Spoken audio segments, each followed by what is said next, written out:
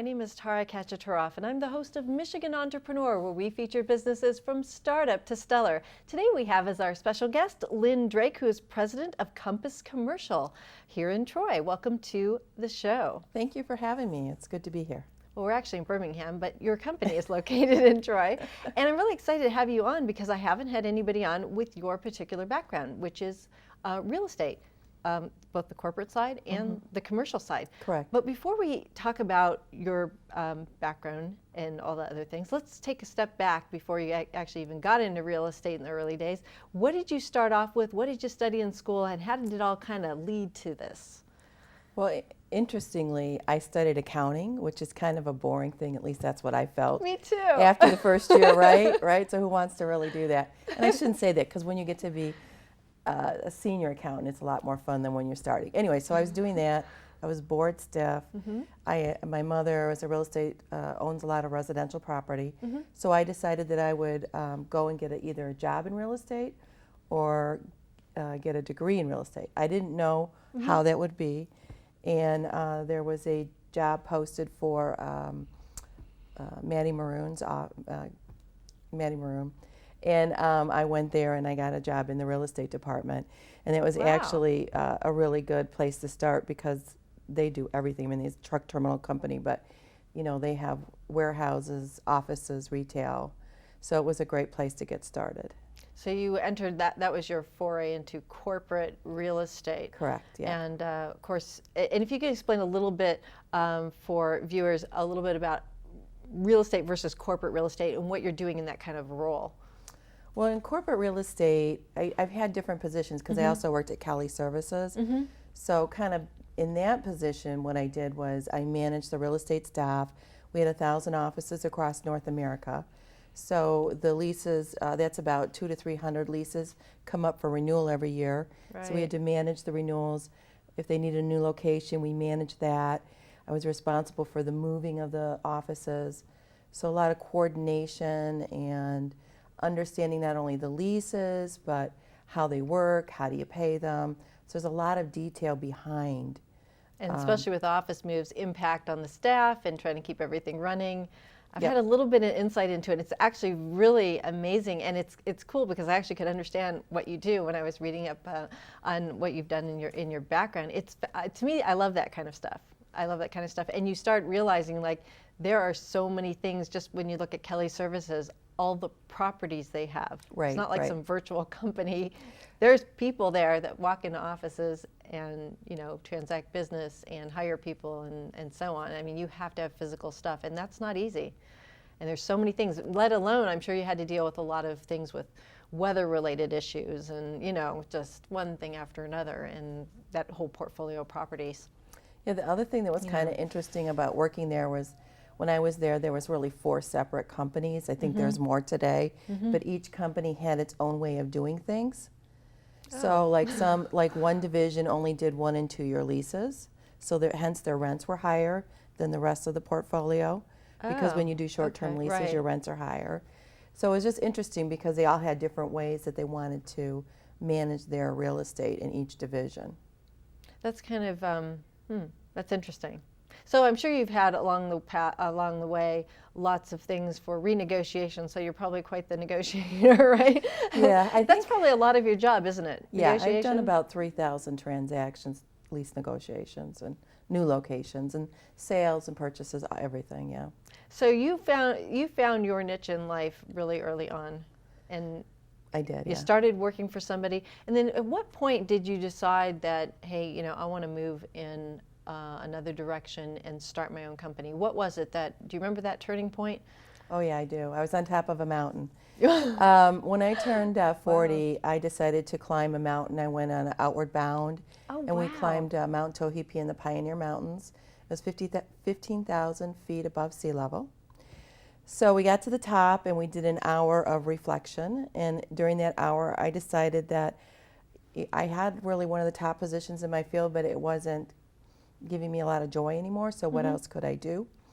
And I came down, I didn't know what I was going to do, and coincidentally, Crew, Women in Real Estate, had this person come in and give a test on personalities.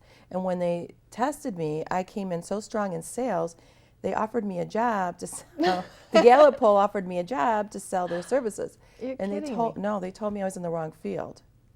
So let's Wow. combine my sales with my Wow. real estate, hence the brokerage business. That's unbelievable. Wow. So when you went up on the mountain, a lot of things changed for you. Yeah, Got a it was new pretty perspective. much, yeah. Got to try Outward Bound. Do they still have Outward Bound? Oh yeah, oh yeah. They do. I've Yeah. never, I've heard, I haven't heard about it in years, but wow, that's amazing. That's amazing. But still, did you ever see those, the sales part of you I know you weren't really in a position to sell, but I don't know, did some of it kind of ooze out in terms of your negotiation skills and things like that over the years? I think the only thing that kind of would have given you a clue is I kept a database of people that I met, and that's kind of a salesy thing to do. That is. That's good. That's great. I'm like that. That's really interesting. So you decided to start a company on your own, and how did you go about starting this company?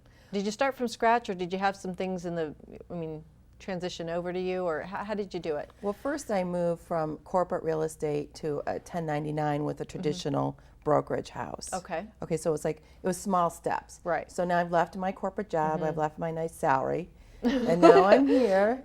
And of course, nobody tells me you don't make that much money in the first year. Right. You know, it's good so- they don't tell you. You'd never do it. I was so surprised for many years after that. Yeah, exactly. And so I moved into that. I had a situation. I was working for a brokerage firm, and I had showed one of their buildings, and then I came back to the office. They said, you have to put this tenant into this building because we have this listing. And I said, no, I don't. That's not very ethical. And my broker said, well, actually, that's the law. And he was correct. When you have a listing, the priority of the landlord is over the tenant. And people don't realize that. Even though I didn't have the listing myself, by law, I was supposed to represent the landlord, not my tenant. And that was very uncomfortable for me. And we parted ways shortly thereafter. And then I went into like a tenant rep business. And I worked in a tenant rep business for 7 years. So it's just kind of from there, some things happened, and I wanted to start a company where I'm in a business that's 98% male. I was reading that. I was shocked. Yeah. But I know it's true. But it was Yeah. like, oh, wow. Right. So when I started my business, one of the things that I wanted to do was to offer a safe place for minorities to come and work. So that's kind of been a big emphasis of mine. So it's kind of like slowly, gradually, like the middle step, the 1099, and then the business. Yeah, and you've probably had to deal with a lot of interesting situations being a female in a very male-dominated industry. Oh yeah. I can only imagine. I thought it was bad in finance when I was in finance early on, but I can't even imagine being in something where you can't even find a woman to sit with when you go to a conference. Event. There's like no women. There were about 10 before the recession, and now there's just a few left. That is unbelievable. So with your firm today, why don't you talk a little bit about what you do in the day-to-day at your firm, and how it's run, and your team, and how you've pulled them in to help. A lot of questions. Okay. It's a lot of questions. Let's just start with what do you do exactly in your business right now? Who do you represent, and how do you do all that? Well, we represent only tenants because we feel it's a conflict of interest Right. based upon the conversation Right, in the I prior shared life. with you earlier. I just was never comfortable doing the landlord-tenant thing because where are your loyalties, right? So that is the premise of my business, is that we only represent tenants. The other thing that we do is I also have a lady named Marilyn Nix who ran General Motors' real estate department for North America on staff. And so we have a corporate background. So a lot of our processes are different than a traditional brokerage firm. We go in a little bit deeper. We have a better understanding. A lot of brokers, they just concentrate on what the costs are. And really the cost can be, if you make a mistake in parts of the lease, can cost you more than the lease. And people don't realize that. Yikes. I'll give you an example. I've had 2 clients. I found this in both of their leases. So this says to me, the client didn't read the lease, their broker didn't read the lease, and they didn't use an attorney. In both instances, in their lease, it said if the landlord has the right to relocate them to any of their properties, not within the building, properties. And I had a client that the landlord called it up, and he said, not only are you moving, we're moving you to a low-income neighborhood. And my client was like, what do I do? And I got called in, and I was able to resolve it, but those are the kinds of things that we work to avoid for our clients. Yeah, just a few things you need to read. Yeah, like the lease. Wow, that's unbelievable. There is no way I would sign anything without an attorney looking at it if it was like that. There is just no way. And I would read it, dream about it, really. Wow. Right. And it's also important, too, it can't just be any attorney, it has to be a real estate attorney. Because they're generalists, you don't want to have a general attorney reading the real estate clauses, they'll miss the things. Yeah, oh my goodness gracious. So you have this other woman with this background from GM, and so how did you, I guess from finding so few women out there, how do you connect with other people to bring them into your firm? Because I know you said you're hiring and you have other team members. How are you identifying these people? Because like you said, in some background information, it's hard to find people who really know how to sell. And now you're in that position where you have to be able to have that really strong skill. How are you identifying these people? Well, for a while there, we were just running ads. But what's happened is we recently won the state of Michigan's work. And Fantastic. now, it was pretty exciting because Wow. we beat out a lot of the big companies in town. That's And great. now what's happening is people are coming to us. I think they're seeing us. I think we're an up and coming business. We're going to open 5 offices across the Midwest. So as Wow. people learn about us, Amazing. they're starting to come to us. So right now, I have 3 people in the pipeline that we have offers out, and they all came to us. I didn't find any of them. Fantastic. Yeah. Are they women? Are I they all women? have 1 woman, 2 men. That's great. So pretty soon you'll have all the women hired, right? Pretty much. Yeah. Oh my goodness. Oh gosh. And so you're looking, so you said in the Midwest, so you're looking to expand outside of Michigan Yes. and do similar types of things. Right. I'd like to have an office in Columbus, Ohio. Minneapolis, believe it or not, is where a lot of the major corporations are. There's only 1 tenant rep in that market. I don't know why. That's hard to And believe. probably Chicago and possibly Indiana. You've got some really big plans here. And this is the first, you started your business after spending a great deal of time working for other people, but you started as an entrepreneur a little bit later in life, so to speak. Yes, I did. And look at what you're doing. And you're probably just feeling like you're getting started, right? Pretty much, yeah. Yeah, that's amazing. So what, along the way, this company's only a few years old, along the way, what have been some of the challenges that you have faced in kind of really walking the first time through the snow?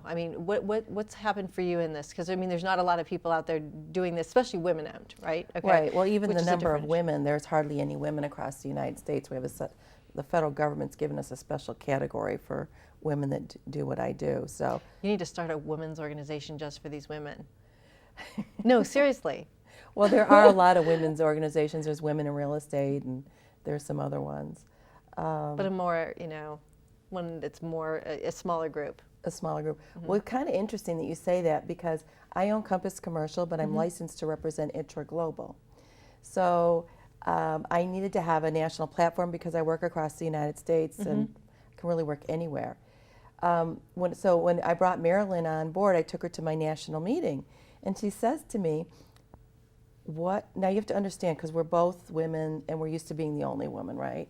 So I get to the conference, she goes, why are all these wives here?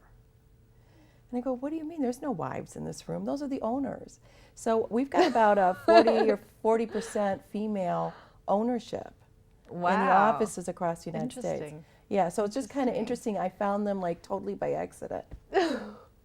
That's interesting. That's so interesting. Yeah. Huh. And what are some other things that you're finding? And what are some other challenges that you're seeing? Building a business like this at this time. I know one of the things is you have a long sales cycle in terms Yeah, of we have a super long which sales means cycle. cash flow and Yeah, cash flow. is an interesting thing to look at. Right. When we started, It was 2010 when I started the business.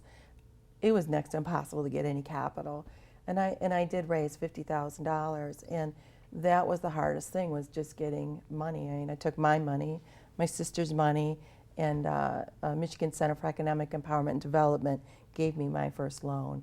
So that was the hardest part, getting started. And there's like some little weird things that are difficult, like picking a name and getting a domain. I mean, these things, they seem so simple, but they're not so simple. Right, because you're like up at night thinking, gosh, is this too close to somebody else's? Do I have a problem with the copyright? Right, God. exactly. Right. Yeah. So as you've built this business, have you ever looked back and wondered, like, why didn't I do this sooner, or did you feel like when you did it was the right time? I have often thought why I didn't do it sooner, because I love the role, I love what I do. On the other hand, I got so much great experience from other companies, working for other companies, that has actually helped me quite a bit in this position. Because if I had come in directly after being in corporate real estate, I probably wouldn't know how to sell, how to position things. So I kind of think I needed that time with the brokerage firms to learn some of that stuff. And what was great about that is you had situations where you had so many transactions, you had to deal with so many people, so many contracts. You probably saw pretty much anything and everything that could happen. I mean, you have like the background you have. Yeah. It's just always you can draw upon. And certainly the other woman, having her experience with GM, very similar. I mean, the experience you have in that is just tremendous. That just a fount of wisdom you can